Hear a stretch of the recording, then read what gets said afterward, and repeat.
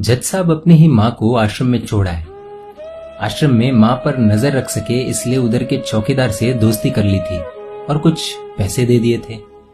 जज ने चौकीदार को अपनी दिल की बात आंखों में आंसुओं के साथ बता दी कि घर में पत्नी है जो माँ के साथ बदतमीजी से पेश आती है और पत्नी के कहने पर दोनों बच्चों ने माँ से बात करनी ही बंद कर दी। माँ को अकेलापन लगने लगा और इन सब वजहों से दिन भर रोती, इसलिए उसे आश्रम छोड़ने के लिए आ गए। तो चौकीदार ने कहा, जज साहब आपके सामने सारे सबूत थे कि कौन सही और कौन गलत है, लेकिन अपनी ही माँ के साथ न्याय नहीं कर पाए, तो औरों के साथ क्या न्याय करते होंगे आप। ये बात जज साहब के दिल को छुप गई। चौकीदार की इतनी सी बात का इतना असर हुआ कि 2 रात नींद नहीं आई, 2 दिन से खाना नहीं खाया और कोर्ट भी नहीं गए। ऐसा लग रहा था जैसे एक चौकीदार ने जज साहब की दुनिया हिला दी। जज साहब अपने घर में रूम से बाहर आए।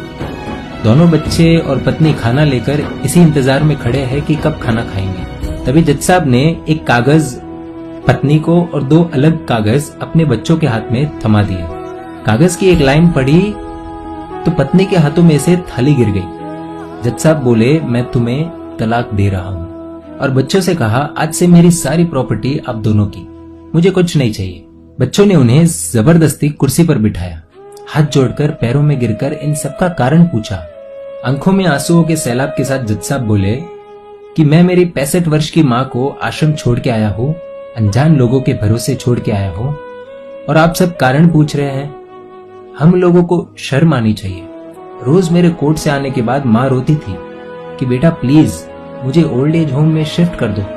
आप में से किसी ने भी माँ से सीधे मुंह बात नहीं की, और ये भी भूल गए कि जिस जज को आज पूरा शहर सलाम करता है, उसी जज को बनाने में उस माँ का कितना बड़ा रोल है। कभी दूसरों के घरों में काम करने जाती तब भी मुझे अकेला न छोड़ती। ऐसी भगवान समान माँ को मैंने आश्रम में छोड़ दिया, और वो भी ऐसे लोगों के भरोसे जिन्हें ये तक नहीं पता कि माँ को क्या बीमारियां हैं। खुद को कोसते हुए जज साहब कहते हैं, दूसरों पर फैसले सुनाने वाला आज मैं खुद हार गया।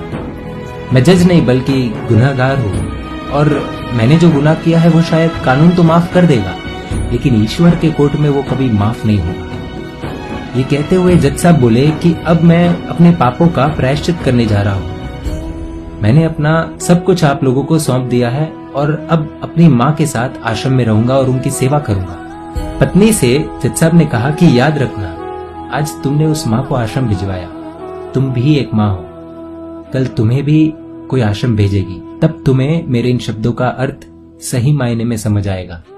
ये बोलकर जज साहब निकल लिए अपनी माँ के पास।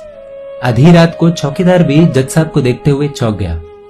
अंदर देखा तो माँ सो रही थी। करीब जाकर देखा तो पूरे परिवार की तस्वीर से लिपट कर रोते हुए माँ सो गई थी। आश्रम का प्रशासन भी जाग गया, क्योंकि पीछे पीछे माँ और बच्चे भी आ गए। उन्हें ये एहसास हो गया कि उन्होंने क्या पाप किया है। तभी आश्रम की एक कर्मचारी बोली, हम इन्हें आपको नहीं सौंप सकते, क्या पता कल आप इन्हें मार दो तो। ये सुनते ही जज साहब की पत्नी को दिल में बहुत दर्द हुआ।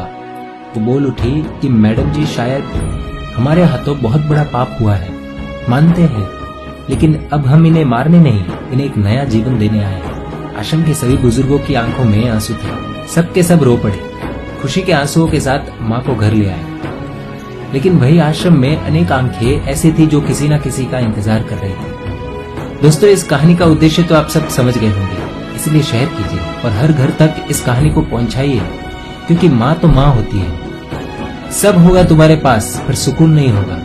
सुकून सिर्फ माँ के आंचल में होता है, और उस आंचल को बिखरने मत देना। ऐसी इमोशनल कहानियों के लिए emotional video stories page like करना अनिवार्य है।